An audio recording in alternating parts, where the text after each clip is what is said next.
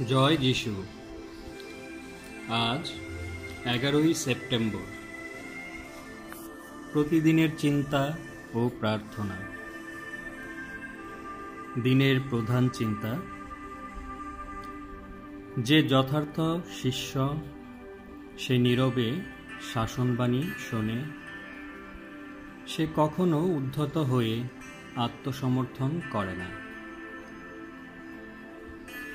হে প্রেমিক, হও স্থির, কর প্রতীক্ষা তাহার, প্রাণ তব চাহে যার আগমন। আসিবেন তিনি যবে তুমি আছো একা, নহ তুমি সঙ্গীহীন।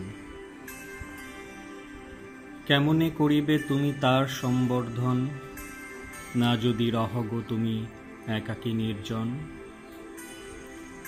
প্রতীক্ষা তোমারে করিবে প্রস্তুত মিলনের লাগি, বড় যে মধুর তব জাগ্রত হৃদয় আবেগ। আসিবেন যবে তিনি, হইবে তোমার প্রতীক্ষার শেষ, আর তুমি হারাইবে নিজেরে প্রেমের মাঝারে। উপদেশ: আদর্শ জীবনের শিক্ষা গ্রহণ করবার আগে আমাদের অন্তর প্রকৃতিকে গভীর করতে হবে। ধৈর্য, দীনতা ও বাধ্যতা অভ্যাস, এই আমাদের প্রয়োজন। এই কারণেই ঋষিগণ শিষ্যকে প্রস্তুত করবার শিক্ষায় কঠোর ছিলেন। যারা সামান্য তিরস্কার সহ্য করতে পারে না, তাদের সত্যিই বুদ্ধি কম এবং গভীরতার অভাব। শিষ্যত্ব গ্রহণ মানে এই যে এক পূর্ণ ব্রত তা স্বীকার করা।